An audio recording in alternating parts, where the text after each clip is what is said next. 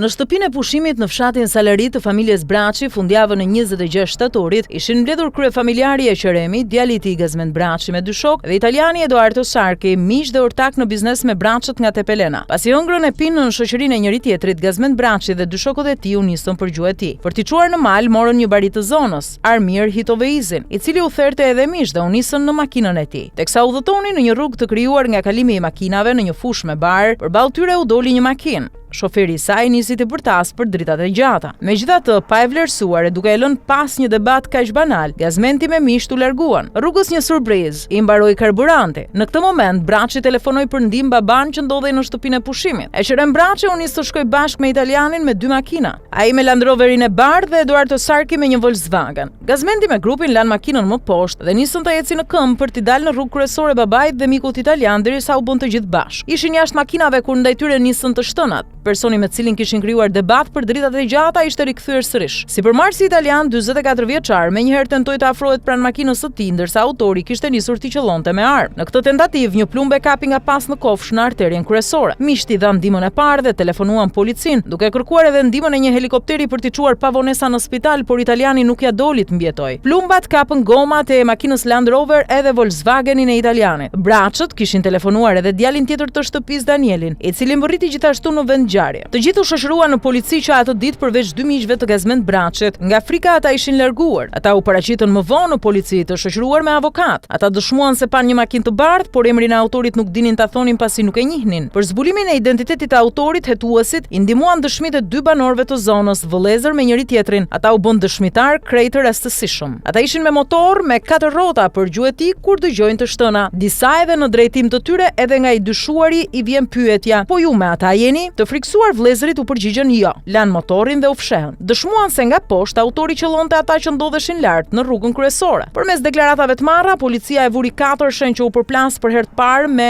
autorin Gazmend Braçin, dy shokët e tij dhe bariun përballë 5 fotove të ndryshme. Siç thekson Report TV në artikullin e tij, të gjithë në dhoma të ndara identifikuan imazhin e Kamber Sulçaj. Në vend ngjarje nuk u gjetën gëzhoja. Pas plumbave të lëshuara nga arma e gjaut, i dyshuari mendohet se ka mbledhur edhe gëzhojat. Hetuesit e konsiderojnë koleksionist gëzhojash, pasi pas krimit në shtëpinë e tij gjetën një qese me gëzhoja si të armës me të cilën ka qelluar ditën e ngjarjes. Kamerat e sigurisë të një banese në zonë kishin fiksuar makinën e tij të bardhë me karroceri mëngjesin e 26 shtatorit ditën e ngjarjes, teksa shkonte drejt stanit të tij jo shumë larg Salaris për të çuar një depozit plastike uji për lopët që ai kishte në stan. Në mbrëmje pas ngjarjes, një tjetër kamerë sigurie e pikasi makinën e dyshuar, pak para se vlonjati 48 vjeçar nga fshati Mesaplik ta braktiste 5 kilometër larg stanit të tij në një zonë të thellë malore. Autori mendohet se ka zbritur nga Nivica në një porrua, ka shkuar në Bolen. E mëtej shumë kollaj mund të ketë shkuar edhe në fshatin e tij të lindjes Mesaplik apo fshatra të tjerë të lumit. Aktualisht 48 vjeçari vijon të jetë në Arati dhe në kërkim nga policia.